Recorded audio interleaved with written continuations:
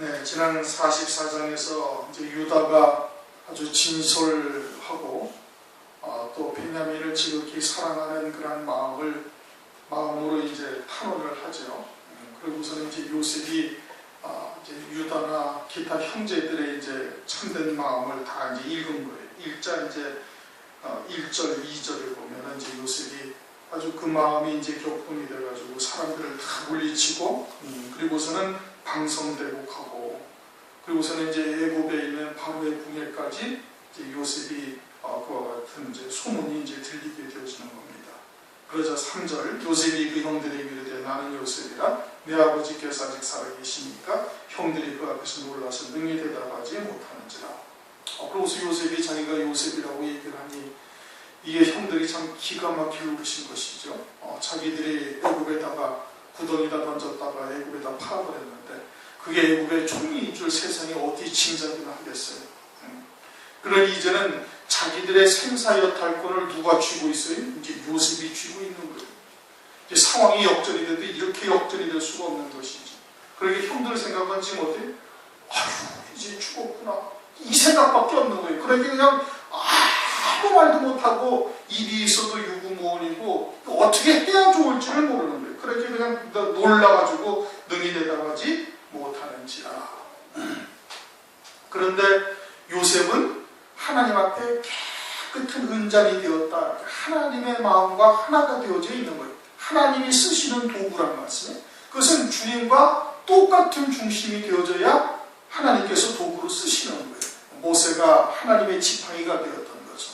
그러니까 요셉이 바라보는 형들을 바라보는 시각은 어떠한 시각으로 바라봐요? 하나님의 사랑으로 바라보는 겁니다. 예수님을 유대인들이 십자가에 못 박아 죽였지만 또 우리도 마찬가지로 우리의 죄로 인해서 예수님을 십자가에 못 박아 죽인 거는 다른 바가 하나도 없어요.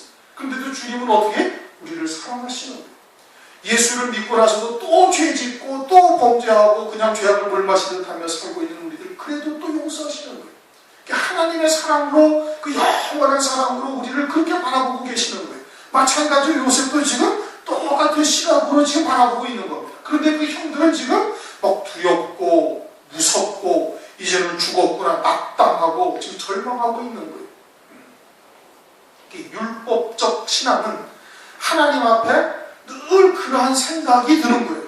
그래서 막 죄 안 지으려고 또는 갑자기 회개하려고 그냥 성결한 삶을 살려고 막 주님 앞에 나오면 그냥 회개하기에 급하고 물론 회개는 해야 되죠. 회개는 해야 당연한 것이죠. 우리가 죄악을 물마시듯 먹으면서 살고 앉아있는 그와 같은 존재들이 주님 앞에 나와서 하나님 앞에 예배드리기 전에 당연히 회개를 해야 되는 것이지만은 그러나 그것이 그냥 완전히 주가 되어져 가지고 하나님을 가지고 그냥 이 공의의 하나님으로만 바라봐서는 안 되는데 지금 이 형들의 시각이 하나님에 대한 시각이 바로 그와 같은 시각인 것을 우리에게 지금 보여주시고 있는 겁니다. 그러니 낙담하고 그냥 절망하고 지금 그러고 놀라서 눈이 대답하지 못하는지라. 요셉이 형들에게 이르되 내게로 가까이 오서 그들이 가까이 가니 가로되 나는 당신들의 요셉이니 당신들의 애국의 판자라. 당신들의 나를 이곳에 팔았으므로 근심하지 마소서 한탄하지 마소서 하나님의 생명을 구원하시려고 나를 당신들 앞서 보내셨나이다. 요셉이 무엇 때문에 형들이 놀라가지고 지금 꼼짝 못하고 입이 떡 벌어져가지고 아무 소리도 못하고 있는지 알죠? 근데 자기를 요셉 팔았는데 지가 애국의 총리가 되고 있고 형들은 그저 곡식이나 어떻게 좀 사갈까 해가지고 아주 곤욕을 치른 두 번이나 곤욕을 치른 위기에 딱 만나고 나니까 이 애국의 총리라는 그 권세에 지금 꼼짝을 못하고 있는 거예요. 그런데 요셉이 그것을 알고서 나를 이곳에 팔았다고 염려하지 말라. 근심하지 말라. 나를 하나님께서 앞서 보내셨다. 이 영적인 장자는 앞서서 겪게 하시는 거예요. 가장 맏아들이 누구예요? 예수 그리스도. 예수님이 이 땅에 육신을 입고 오셔가지고 이 땅에서 모든 고난을 받으시고 수치를 당하시고 멸시를 당하고 조롱을 당하시고 핍박을 받으시다가 결국에는 어떻게 했어요? 죽임당하시고. 그런데 어떻게 됐어요? 부활하셨다. 우리들보다 먼저 앞서서 다 겪으신 거예요. 그리고 내가 핍박을 받았으면 너희들도 당연히 핍박을 받을 것이고 수치를 당할 것이고 조롱당하다가 결국은 어떻게 된다? 죽임을 당할 것이다. 제자들에게 그렇게 말씀하셨습니다. 그리고 제자들도 어떻게? 제자들도 그대로 다 쫓아간 거예요. 베드로전서 2장 21절 이를 위하여 너희가 부르심을 입었으니 그리스도도 너희를 위하여 고난을 받으사 너희에게 뿔을 끼쳐 그 자취를 따라오게 하려 하셨느니라. 그래서 주님이 앞서가시고 그리고 제자들이 어떻게 다 그 길로 간 거예요. 그리고 그 다음에 있는 속사돌이나 기타 등등 믿음의 선진들이 다 그 길을 따라요. 가장 앞서가시는 분이 누구예요? 주님이 먼저 앞서가시는 거예요. 환난 날에도 역시 주님의 종된 제자들이 또 앞장서서 가는 겁니다. 환난을 미리 체험하고 다 겪고 연단받고 그리고서는 환난 날에 양식을 나눠주는 자들이 되는 거예요. 그게 장자의 복을 받는 자들, 영적인 장자죠. 요셉이 자기 형제들에게 자기 가족들에게 다 양식을 나눠줬죠. 요셉의 환난의 때는 요셉이 육신의 양식을 나눠주었지만은 장차 있게 되어질 요셉의 환난인 저그리스도 환난 때는 어떠한 양식을 나눠줘요?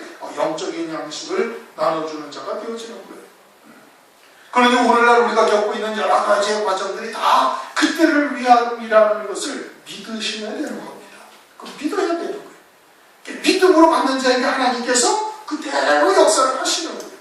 요셉이 그것을 깨달은 거예요. 아브라함에게 주셨던 약속, 나에게 보여주셨던 그와 같은 하나님의 뜻을 나를 통해서 먼저 이루시는 것이로구나 라는 것을 요셉이 다 깨닫고 있는 거예요. 언제부터? 보디발의 집에 종으로 딱 팔렸을 때부터 이미 알고 있는 거예요.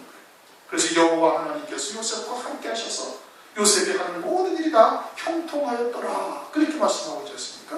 하나님의 뜻을 이루는 도구로서 은장으로 만들어 가시는 모든 일이 다 형통하였다 이겁니다. 요셉이 깨닫고 믿음으로 받자 그와 같은 하나님의 뜻을 그대로 이루시는 것입니다. 오늘날 우리들도 시대의 표적을 보고 장차 요셉의 환난이 있게 되어질 것을 알고 있다 이거예요. 그러면 영적인 장자들을 어떻게 하시겠어요? 미리 다 겪게 하시고 그리고 양식을 나눠주는 자로 하나님께서 세우시는 거예요. 요셉의 때는 실제 육신의 양식이었지만 환난의 때는 환난 날에 살려야 할 하나님의 말씀들을 나눠주는 자가 되게 하신다 이겁니다. 그와 같은 양식들을 어떻게 미리 먹이시고 채우시고 그와 같은 과정들이 있음을 믿음으로 받으시면 되는 겁니다. 6절 이 땅에 2년 동안 흉년이 들었으나 아직 5년은 기경도 못하고 추수도 못할지라. 7년 풍년이 지나고 흉년 7년 흉년 가운데 2년이 지난 거예요. 2년이 지났고 또 앞으로도 얼마가 남아있어요? 5년이 남아있다. 그런데 그 5년 동안에는 기경도 못한다 이게. 곡식을 뿌려서 씨를 파종도 못할 것이고 파종을 못했으니까 추수는 당연히 못하는 거예요. 더 날이 갈수록 그 기근의 정도가 어떻게 점점 더 심해지는 거예요. 그래서 창세기 47장 16절을 가면은 이제 이스라엘이나 아니면 뭐 가나안 지경이나 아니면은 온 애국 땅에 그냥 양식은 다 없어져 버리는. 그래가지고선 사람들이 어떻게 이제 짐승, 돈이 다 지나여졌은즉 너희에게 짐승을 내라. 짐승과 양식을 바꿔주겠다. 창세기 47장 16절에 가면은 그렇게 야곱 일행이 다 이제 애국 땅으로 내려오고 고센 땅으로 내려오고 그리고는 이제 거기서 부양받기 시작을 하고 나서부터는 이제는 전부 다 온 천지에 돈도 다 지나가지고 그래가지고 이제 짐승을 내고서는 양식을 받는 것이죠. 그러한 요셉의 환난은 장차 있게 되어질 저그리스도의 환난의 그림자다 이겁니다. 저그리스도의 환난이 요한계시록에 쭉 기록이 되어져 있는데 저그리스도가 이제 짐승을 경배하게 만들고 짐승표를 받게 하고 짐승표가 없이는 매매하지 못한다. 요한계시록 13장에 가면 그렇게 말씀을 하고 있습니다. 그런데 요한계시록에서는 짐승표가 언제부터 완전히 이제 그냥 강제적으로 짐승표를 받게 하는지에 대한 정확한 때가 나오지 않았어요. 그러니까 그것을 이제 앞에 있는 요셉의 환난이나 기타 등등을 통해서 조금씩 부분적으로 계시를 해주시는 겁니다. 그러니 창세기 47장에 나와 있는 것처럼 짐승과 양식을 맞바꾸게 되어지는 그 때가 이제는 강제로 짐승표를 받게 하는 때가 되어진 것을 그림자적으로 계시를 해주는 거죠. 그 짐승표를 강제로 받게 하는 그때가 언제? 2년이 지나면은 강제적으로 짐승표를 받게 하고 짐승표가 없이는 일절 매매를 하지 못하게 하고 그리고 짐승표를 받으려면 짐승을 경배해야 되는데 짐승을 경배하지 아니하는 자는 며칠인지 다 죽이더라. 그러면서 그 대대적인 순교가 2년이 지난 때부터 있게 되어질 것을 말씀을 하고 있는 겁니다. 그걸 계시하는 거죠. 이게 이제 대량 순교가 한때, 두때, 반때 이루어지는데 이제 한때는 아주 그것이 이제 그리스도를 위해서 순교한다고 아무도 인정치를 아니하는 거예요. 왜? 적그리스도가 적그리스도인지를 세상이 인정하지 아니하니까. 그러니까 이제 세상의 체제나 세상의 어떤 제도적인 모든 것들을 대적하고 반대하는 아주 그런 불순분자로 몰아가지고 죽이는 거예요. 그러다가 이제 둘째 해가 지나서 징수표를 이제 666표를 강제하게 될 때부터 아주 그냥 뭐 대놓고 이제 죽이는 이제 그와 같은 이제 때가 되어질 것을 말씀하고 있는 것이죠.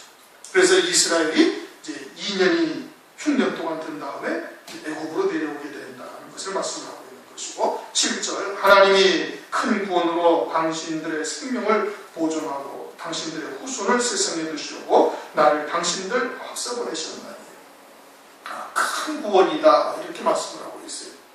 큰 구원이다. 마지막 때가 어떠한 때와 같다? 노아의 때와 같다.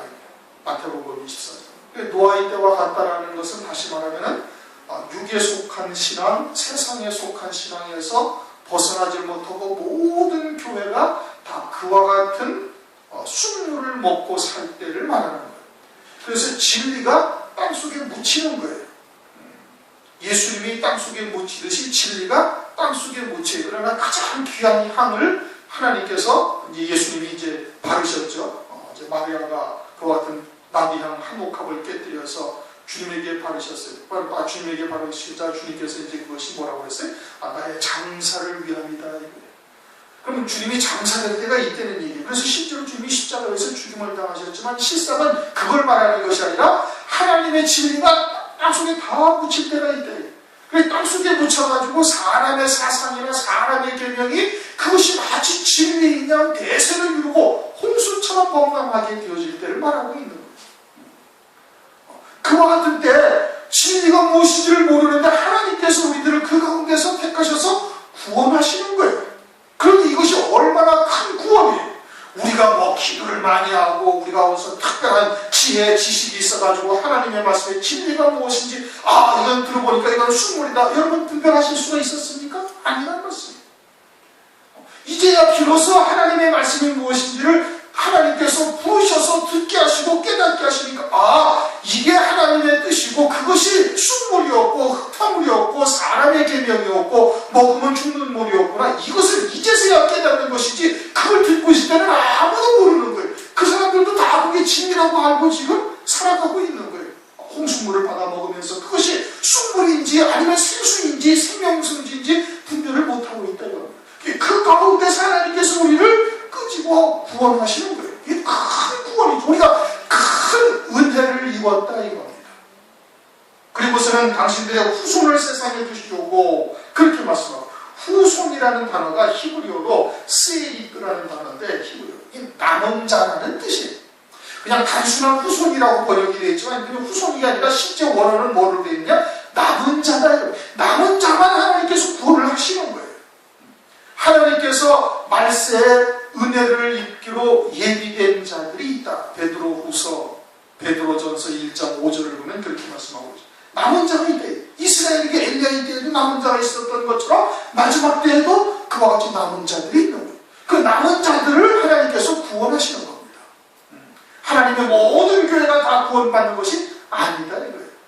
하나님의 모든 교회가 다 환난전에 휴거당하는 것이 휴거된다는 것이 아니다 이거예요. 그러니까 그와 같은 과정들을 노아의 때도 우리에게 계시를 해줬고 광야교회를 통해서도 우리에게 알려주셨고 예수님의 초림을 통해서도 알려주셨어요. 그런데도 오늘의 교회가 그것을 깨달아요? 못 깨달아요? 못 깨닫고 있는 거예요. 그리고서는 자기들에게 주신 그와 같은 사람의 계명과 같은 말씀들이 진리라고 오늘날도 굳세게 믿고 살고 있는 거예요. 그러나 남은 자들만 하나님께서 구원을 하시는 거예요. 그들을 하나님께서 그 마음을 움직여 놓으신 거예요. 진리가 무엇인지 가르쳐 하시고 궁금하게 하시고 그리고 그들의 신앙을 그러한 것에 물들지 아니하도록 하나님께서 붙잡아 지키고 계심을 말씀하고 있는 거예요. 그래서 후손을 세상에 두시려고 나를 당신들 앞서 보내셨나니 그런즉 나를 이리로 보낸 자는 당신들이 아니요 하나님이시라. 그래서 이미 이제 우리가 수없이 많이 이제 상고를 했죠. 하나님이 보여야 되는 거예요. 형제들이 보여서는 안 되고 사람이 보여서는 안 되고 하나님이 나를 이리로 보내셨다라고 믿는 자가 되는 겁니다. 욥도 어떻게 했어요? 주신 자도 여호와시요 취하신 자도 여호와시니 여호와의 이름이 영광을 받으셨습니다. 그렇게 고백을 하고 있지 않습니까? 실제는 스바 사람, 갈대아 사람이 와서 다 도적질해가고 죽이고 그랬는데 그것이 아니라 하나님께서 취하셔 가셨다 이겁니다. 하나님께서 취하여 가셨다. 그럼 오늘날 여러 가지 인도하신 것도 하나님의 역사인 거예요. 그런 사람과 만나게 하신 것이나 또는 기타 여러 가지 환경이나 다 하나님께서 나를 이곳에 보내셨다고 믿으시면 되는 겁니다. 그것이 주권자 되시는 하나님을 믿는 거예요. 그 믿음으로 인해서 하나님이 역사를 체험하게 되어진다. 그러면서 9절, 10절, 11절, 10절을 보면은 거기 어디 있어요? 고센 땅으로 오라. 이제 고센 땅으로 오라고 지금 이렇게 얘기하고 있습니다. 고센 땅. 이제 고센 땅은 애국 땅인데 애국의 막 사망의 권세가 흑암의 권세가 임할 때도 흑암이 임하지 아니하고 사망의 권세가 임할 때도 걔도 혓바닥도 놀리지 않았다. 성경에 그렇게 말씀을 하시죠. 이게 특별한 곳이다 이겁니다. 고센 땅이다 이거예요. 지금은 어떡한데? 지금은 가나안 땅에 있어가지고 애국에서 양식을 사가지고 왔다 갔다 하고 있는 거예요. 그래가지고는 안 된다 이거예요. 그러니까 아예 고센 땅으로 와라. 내가 너희들을 아버지와 가족들을 다 귀하게 이 고센 땅으로 오라고 해서 이제 고센 땅으로 오게 되어집니다. 그러면 영적인 고센 땅은 뭐냐? 영적인 고센 땅은 금초대 교회가 영적인 고센 땅인 겁니다. 그러니까 그 고센 땅에서 양식을 갖다 먹는데 가나안 땅에 머무르면서 그냥 양식을 거기서 조금 갖다 먹고 떨어지면 또 갖다 먹고 떨어지면 또 갖다 먹고 해가지고는 환난을 이기는 자가 되지를 못하는 거예요. 그러니까 어떻게 해야 돼? 고센 땅에 와서 영적인 고센 땅에서 완전히 하나가 되어져서 하나님의 양식을 5배, 7배 풍년의 때에 먹는 것을 다 먹을 수 있는 자가 되어야 되는 겁니다. 그런데 가나안 땅에서 왔다 갔다 하면서 필요하면 또 가져가고 해가지고는 그래서는 안 된다. 그러니까 아예 고센 땅으로 들어와라. 오늘날 그 고센 땅이 뭐라고요? 7 금초대 교회래요. 환난 날에 참 양식을 나눠주는 곳에 있어야 구원받는 자가 되어지는 것이고 세상의 모든 교회들이 다 음료교회가 되어져가지고 적그리스도가 받게 되어진 진노의 대접을 다 함께 받게 되어질 때에 그들은 구원받는 거예요. 거기는 흑암의 권세가 사망의 권세가 건드리지 못하는 곳이 되어지는 것이 되는 거예요. 영적인 고센 땅은 그와 같은 7 금초대교회가 영적인 고센 땅이고 또 실제로 하나님께서 진노의 대접을 쏟아부을 때 예비처로 하나님께서 데리고 가시는 성도들이 있다 이겁니다. 그곳은 모든 진노의 대접에서 제외된 곳이 보호 양육을 받는 곳이 특별한 곳이 또 있는 것이죠. 그와 같이 사도행전 7장, 8장을 보면 하나님께서 성령으로 빌립을 에티오피아의 내시에게서 꽉 옮겨가지고 다른 도시로 보내지 않습니까? 그처럼 하나님께서 독수리의 2 날개로 그들을 업어서 하나님께서 이끌어 가시는 곳이 있다 이겁니다. 그곳이 어딘지는 아무도 모르죠. 그런데 세대주의자들은 그 고센 땅이 어디냐?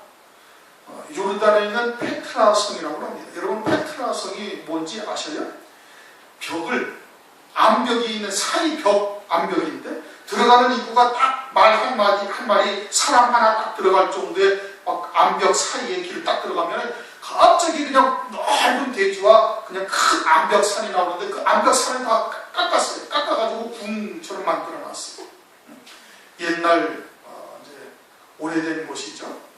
아라비아의 이제 그와 같은 요르단의 그와 같은 곳이 있는데 그 페트라 성이라는 곳이 있어요. 뭐 이제 영화도 촬영하고 뭐 이제 그런 곳이 있는데 그곳이 고센 땅이라고 세대주의자들은 그렇게 주장을 하는 겁니다. 오늘날 우리 교회는 환난 전에 다 휴거되고 유대인들이 환난을 겪게 되어지고 그리고 그리스도인들 가운데서도 좀 믿음이 약하고 덜 떨어진 자들이 남아있다가 환난을 통해서 이삭 죽기로 구원받는데 그때 예비처로 발상되는 예비처가 어디냐? 그건 고센 땅이다. 이렇게 얘기를 하고 있어요. 하나님의 말씀을 완전히 문자로만 풀고 있는 그와 같은 어리석은 존재들인 거예요. 그 고센 땅이라는 환난 날에 예비처 성도들이 가야 할 곳은 아무도 몰라요. 아무도 알 수가 없는 하나님께서 어디 특별한 곳으로 하나님께서 그냥 옮기시는 거예요. 독수리의 두 날개를 그들을 업어서 하나님께서 옮기신다. 요한계시록이나 이렇게 말씀을 하고 있죠. 그러면서 11절 흉년이 아직 다섯 해가 남아있으니까 아버지를 보면 말이다. 12절 말하는 것을 보소서 쭉 하면서 이제 다시 자신이 요셉인 것을 형들에게 다 나타냅니다. 형들에게 다 나타내고 이제 그와 같은 소문이 16절부터 20절까지 이제 애굽에 있는 바로왕 그 신하들에게 다 들려가지고 바로왕도 이제 다 데리고 와라. 바로왕의 입장으로서는 자연스러운 거예요. 왜? 요셉이라는 사람이 있음으로 말미암아서 7년 풍년과 7년 흉년에 있다는 것을 알게 되어졌고 이 극심한 흉년의 때를 아주 넉넉하게 여유롭게 그러면 바로왕은 더 그 국가의 그 권세 힘이 더 세지게 만들어 준 거거든요. 그렇게 바로왕으로서는 요셉의 아비와 그 형들과 가족들이라고 이렇게 다 데려와서 요셉의 이 애국 땅에 가장 좋은 것으로 기름진 것으로 아름다운 것으로 먹이고 입히고 너희들이 다 봉양해라 그렇게 얘기를 하는 겁니다. 그런데 실제는 하나님의 뜻이 이루어지는 거예요. 창세기 15장에 아브라함에게 약속하셨던 것처럼 400년 동안 이방에서 계기 되리라 하신 하나님의 말씀을 이루시기 위해서 역사를 하신 것인데 그런데 아주 자연스럽게 이루어지는 거예요. 그렇죠? 아주 자연스럽게. 물론 하나님의 역사가 어떤 이적이 나타나기도 하죠. 소경이 눈을 뜨거나 죽은 자가 살아나거나 기타 등등 이적이 나타나기도 하지만 세상 사람들이 보기나 아니면은 믿음이 없는 사람들이 보기에 아주 자연스러운 일들처럼 하나님의 역사가 이루어져 가는 거예요. 그것을 영안이 열린 자는 믿음으로 바라보고 열매를 맺어서 승리하는 자가 되는 것이고 믿음이 없는 자는 어떻게 우연이 됐거나 세상에 그와 같은 일들이 그냥 흘러가는 대로 그렇게 된 것이지 하나님의 역사라고 굳이 그렇게 얘기하고 강조할 필요가 뭐가 있느냐라고 생각을 하고 그냥 넘어가는 거예요. 여기 형제들은 지금 이것이 아브라함의 하신 그런 약속이 이루어지는 역사라는 것을 깨닫고 있어요? 모른단 말이에요. 그러니까 그들에게는 열매가 되지 않냐. 그러나 요셉에게는 그것이 다 열매가 되어지는 거예요. 아주 자연스럽게 이스라엘이 애국 땅으로 내려오게 하셔서 하나님이 하셨던 약속을 이루어 가시는 거예요. 그 언약. 오늘날 우리들에게도 마찬가지인 겁니다. 저 그리스도의 환란이 어느 날 갑자기 세상 사람들도 다 알 수 있을 정도로 적그리스도가 등장을 하고 환란이 시작되는 이게 아니라니까요. 아주 자연스럽게 어느 누구도 그렇게 되어져 가는 일에 토를 달 수가 없을 정도로 자연스럽게 그냥 그대로 이루어져서 등장하게 되어지고 그가 추앙을 받게 되어지고 그리고 질수표가 없이는 안 될 수밖에 없다는 것을 온 세상이 다 인식을 하고 함께 다 참여하게 되어지는 거예요. 자연스러운 현상이에요. 이 성경을 통해서 그것을 깨닫고 있는 자, 영안이 열린 자는 그걸 바라보고 믿음의 눈으로 바라보고 그것을 갖다가 하나님의 뜻이 이루어져 가는 과정을 깨닫고서 열매를 맺을 것이고 있고 하나님의 뜻대로 순교를 통해서 첫째 번의 영광에 이룰 수가 있을 것이고 믿음으로 보지 못하는 자는 어디 그것은 전혀 하나님의 뜻을 통해서 하나님의 뜻이 이루어져 가는 것이라고 볼 수가 없게 되어진다는 겁니다. 바로왕이 요셉의 가족들, 요셉의 아버지를 그 가축들을 다 데리고 오라는 것이 얼마나 자연스러운 일, 너무나 당연한 일이거든요. 그러나 실상은 뭐예요? 그것을 하나님의 뜻이 이루어지는 거예요. 하나님의 역사가 그렇게 자연스럽게 세상에서 이루어지고 있음을 우리가 유념해야 되는 겁니다.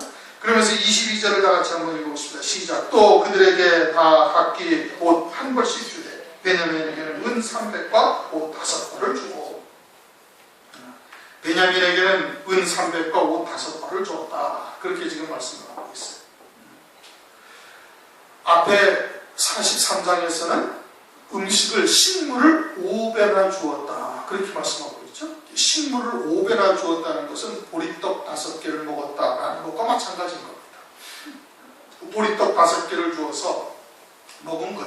그것은 누구는 1개를 먹을 수도 있고 3개를 먹을 수도 있고 5개를 먹을 수도 있고 그건 먹는 사람에 따라 다른 것이. 그러나 실제로 베냐민과 같은 성도들에게 하나님께서는 지금 5배의 식물을 주시고 있는 거예요. 마찬가지로 여기서는 옷을 몇 벌을 줬다? 5벌을 줬다. 5벌을 줬다.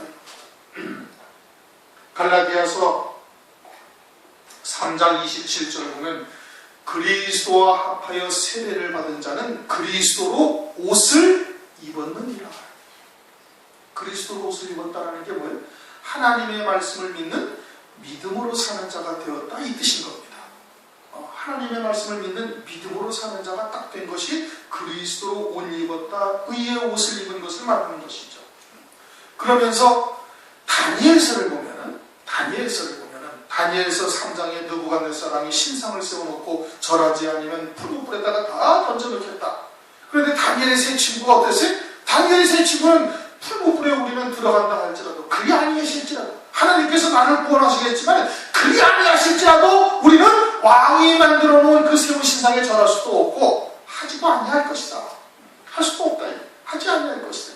그 풀무불에 들어갈 것을 당연히 그냥 알고 있는 거예요.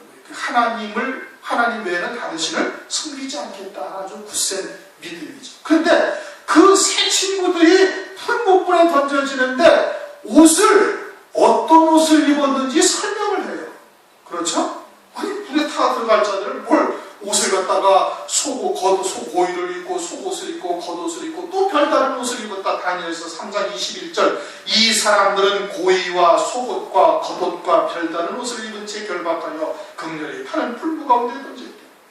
그러면 다니엘의 세 친구는 지금 그 신앙이 옷을 몇 벌 입은 거예요? 4벌을 입은 거예요. 4개를 입은 거예요. 고의를 입고 속옷을 입고 겉옷을 입고 또 별다른 옷을 입은 거예요. 그것은 뭘 말하는 거예요? 그들의 신앙을 말하는 겁니다. 속옷을 입었다라는 것은 구원받은 생명인 것을 깨닫는 것이고, 아주 고의를 입었다. 역시 이 영적인 간음을 하지 아니하는 자예요. 아담이 선악과를 따먹고 난 다음에 무화과 잎으로 치마를 했어요. 그렇죠? 어디를 먹었는데 여기를 먹었어요. 선악과는. 그런데 어디를 치마를 해? 하체를 치마로 나뭇잎으로 가린 거예요. 왜? 간음을 했다 이겁니다. 영적인 간음을 했다. 오직 믿음으로 살지 못했다는 얘기죠. 그러니까 제일 먼저 입어야 하는 것이 뭐예요? 고의, 속옷, 하체를 가리는 것. 그것은 영적인 간음을 하지 아니하는 자, 오직 하나님 말씀을 믿는 믿음으로 사는 자가 그와 같은 고의를 입은 자가 되어지는 것이고, 속옷을 입었다는 것은 그리스도를 믿음으로 말미암아 성령으로 열매 맺어 자라가는 자가 되었음을 말하는 것이고, 속옷을 입은 것은, 겉옷을 입었다라는 것은 엘리야의 겉옷을 엘리사가 받게 되어져요. 그렇죠? 겉옷을. 그것을 새 요한이 털옷을 입었다, 약대 털옷을 입었다 해서 겉옷이 무엇인지를 말씀을 하고 있는 거예요. 그 약대 털옷이라는 것은 환난이나 고난이나 광야의 뜨거움을 이겨나가는 물주머니를 가지고 있는 약대의 털옷을 말하는 거예요. 그러니까 그와 같은 신앙이 되었음을 말하는 게, 이 땅에서 고난받는 것을 아주 기쁨으로 여기는 거예요. 그리스도의 이름으로 받는 고난을 아주 기쁨으로 여기는 거예요. 기쁨으로 여기는 거예요. 그런데 오늘날 대부분의 신앙은 뭐예요? 예수 믿고 복받고, 예수 믿고 잘되고, 예수 믿고 출세하고, 예수 믿고 행복한 가정 만들고, 그러니까 예수 안에서의 고난을 싫어하는 거예요. 그리고 오늘날 대부분의 그리스도인들은 세 번째 옥타브는 전혀 상관이 없는 신앙들을 오늘날 대부분 다 살아가고 있는 것이. 그런데 성경은 뭐라고 말씀을 하시? 그리스도의 후사이냐? 너희가 하나님의 후사이고 그리스도의 후사이면 그리스도와 함께 고난도 마땅히 받아야 될 것입니다. 너희가 현재 받는 그런 고난은 장차 나타날 영광과 좋게 비교할 수가 없도다. 성경은 그렇게 말씀을 하시고 있거든요. 그러니까 그리스도의 이름으로 고난과 핍박과 죽음과 수치를 마땅히 겪어야 되는 거예요. 그것을 하늘에 속한 신앙은, 그것이 하늘의 힘이 된 영광을 위하여 우리를 이끌어가시는 역사라는 것을 깨닫고 있다, 이게 알고 있어요. 그러니까 기꺼이 말해요. 기쁨으로 받는 거예요. 그냥 마지못해서 그냥 죽을 상을 쓰면서 걸어가는 것이 아니라 아예 그것을 갖다가 하늘에 속한 기쁨을 누리면서 믿음으로 딱 살아가는 자가 되는 거예요. 그것이 겉옷을 입은 거예요. 그 다음에는 어떤 옷을 입었다? 별다른 옷을 입었다. 그 별다른 옷을 입은 자가 환난 날에 극렬한 풀무불에 딱 들어가는 거예요. 이게 죽기를 마다하지 아니하는 거예요. 무엇을 위해서? 하나님의 이름을 위해서, 나의 신앙을 위해서 죽으면 죽으리다 하고 나아가는 자가 되는 거예요. 그것은 이제 제사장의 옷인데, 율법상 제사장은 먼저 자기를 위하여 제물을 드리고 이스라엘 백성들이 가져오는 제물을 받아서 제사를 드릴 수가 있어요. 그 제사라는 의미가 뭐예요? 그는 나는 예수와 함께 죽었다 이거예요. 그러니까 제사장은 먼저 자신이 제물이 되어야 제사를 드릴 수가 있는 거예요. 그러니까 그와 같은 제사장의 옷이다 별다른 옷이라는 것은 이미 순교의 신앙에 서 있음을 말하는 거예요. 그럼 다니엘은 이 풀무불과는 이미 그 신앙을 뛰어넘은 거예요. 그 다니엘은 몇 벌을 받은 거예요? 다니엘은 5벌의 옷을 입고 있는 거예요.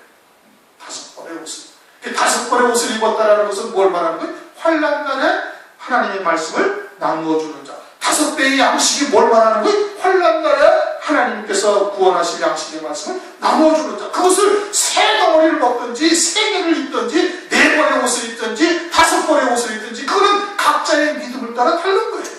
각자의 원대로 주시더라. 그러니까 선포되는 말씀은 어떻게? 다 5벌의 옷을 입을 수 있는 말씀을 다 주시는 거예요. 5배의 양식을 다 주시는 거예요. 먹든지 먹지 못하든지는 그건 본인의 소관인 거예요.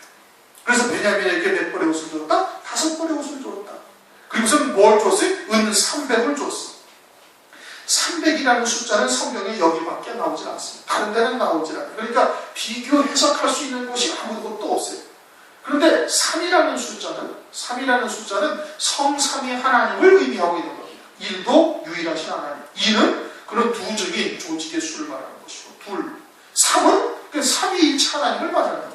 그러니까 하나님을 말하는 거예요. 3이라는 것은. 100이라는 것은 뭐예요? 이삭이 100배의 축복을 받았어요. 최고의 복을 받는 것이 100배의 복을 받는 거예요. 마태복음 13장에 좋은 것은 몇 배의 복을 받아요? 100배, 60배, 30배. 100배 이상은 없어요. 그럼 100배를 받았다는 건 뭘 말하는 거예요? 아주 최고의 복을 받은 것을 말하는 거예요. 그러니까 300을 받았다는 것은 하나님의 모든 영광을 함께 누리는 자가 되어져서 하늘나라에서 최고의 복을 받는 것을 의미하고 있는 거예요. 누가? 두 증인이 되는 자 또는 순교하는 성도들이 되는 자. 그들은 새 예루살렘 성이다. 그렇게 말씀하고 요한계시록 21장 9절 10절 그리스도의 신부 어린 양의 아들을 내가 네게 보이리라. 그러면서 크고 높은 산으로 올라가서 하나님께로부터 하늘로서 내려오는 거룩한 성을 보여주는 거예요. 하나님께로부터 하늘로부터 내려오는 거룩한 성. 그건 누구예요? 그건 하나님 자신이다 이겁니다. 그러니까 하나님의 영광에 참여하는 복을 누린다. 어떻게 되면 옷 5벌을 다 입은 자가 되어지면 그와 같은 영광을 누리는 자가 되어질 것을 말씀을 하고 있습니다. 그러면서 23절 노중에서 다투지 말라. 이제 조금 전에 첫 번째 왔을 때 내가 요셉을 갖다가 죽이지 말라고 너희들한테 얘기하지 않았냐 하면서 이제 형제들이 다투니까 노중에서 다투지 말라. 26절 27절은 야곱이라고 기록이 되어져 있어요. 왜요? 여전히 내려가기를 싫어하는 거예요. 그런데 뭘 보고서 내려가요? 수레를 보고 내려가요. 누가 보낸 수레? 요셉이 보낸 수레. 요셉이 타고 다니는 수레를 지금 딱 보낸 거예요. 이스라엘의 애굽에서의 요셉의 총리로서의 그 영화로움이 가다로 담겨져 있는 것이죠. 그렇죠? 바로 왕 다음가는 수레예요. 그러니까 그 치장과 호화로움이 얼마나 어마어마했겠어요. 그거를 야곱이 딱 보고서는 소생을 했다. 그렇게 지금 성경에 말씀하고 있죠. 27절. 그 아비 야곱이 요셉의 자기를 태우려고 보낸 수레를 보고야 기운이 소생한지라. 영적으로 우리가 힘을 어디서 얻어요? 하나님 나라의 영광을 보고 얻는 거예요. 하나님 나라에 예비하신 영광이 무엇인지 그 영광을 보고 우리가 그 영광의 힘이 모든 것을 능하게 하신다. 골로새서 1장 11절에 그렇게 말씀을 하고 있지 않습니까? 우리가 아가서를 배웠죠. 아가서 3장 8절을 보면 거친 들에서 오는 자가 누구인고 주님이 막 달려오시는 거예요. 그런데 그 마차를 타고 달려오시는데 그 수레를 타고 달려오는데 그거를 솔로몬 왕의 연이다 이렇게 말씀하고 있어요. 주님이 오시는 건데 솔로몬 왕의 연이다. 그러면 그 주님의 마차의 그런 영화로움이 곧 누구의 영화로움이다? 솔로몬 왕 그리스도의 신부 어린 양의 아내의 영화로움이 될 것을 말씀을 하고 있는 것이죠. 그것이 우리에게 힘이 되어지는 겁니다. 그것이 세상을 이길 수 있는 은혜를 베풀게, 은혜를 입게 되어지는 것이죠. 그걸 봐야 되는 거예요. 요셉이 보낸 자기가 타고 다니는 수레를 야곱이 야곱이 보고서야 그때서야 야곱이 소생하였다. 기운이 소생한지라. 오늘날 우리들도 세상을 이길 수 있는 힘은 하늘 위에 예비하신 영광을 볼 때 그 힘이 생기는 겁니다. 세상에 굴하지 아니하고 세상과 타협하지 아니할 수가 있게 되어지는 거예요. 28절 이스라엘이 가로되 조카도다 내 아들 요셉이 지금까지 살았으니 내가 죽기 전에 가서 그를 보리라. 그러면서 이제 이름이 뭘로 됐어요? 이스라엘이라는 이름으로 바뀌게 되어지는 거예요. 이제 오늘날로 말하면 새로운 피조물로서 하나님의 뜻을 이루는 것을 다 보고 있는 거예요. 이스라엘이 되어져서 육신의 아비로서는 내려가고 싶지 않았는데, 그런데 새로운 피조물로서 하나님께서 아브라함에게 하셨던 약속, 요셉에게 보여줬던 꿈이 지금 눈앞에 다가와 있음을 지금 깨닫고 이제 아주 기쁜 마음으로 기꺼이 지금 애국으로 내려가고자 하는 것이죠. 그것이 이스라엘이다. 오늘날 우리들도 하늘의 예비된 영광을 바라보면서 그리스도의 고난에 기꺼이 참여하는 자가 되어야 되는 겁니다. 그런데 그것이 왠지 두렵고 그것이 왠지 좀 깨름직하고 마음이 썩 내키지 않으면 아직도 여전히 우리는 야곱으로 살고 있는 부분이 많이 있기 때문에 그런 것이에요. 하늘에 속한 자로 그 영광을 위하여 살고 있는 존재라면 그런 것이 전혀 두렵지가 아니하게 되어지는 거예요. 그와 같은 믿음의 우리 다 계시기 주님의 이름으로 축원합니다. 동성 잡시기 바랍니다.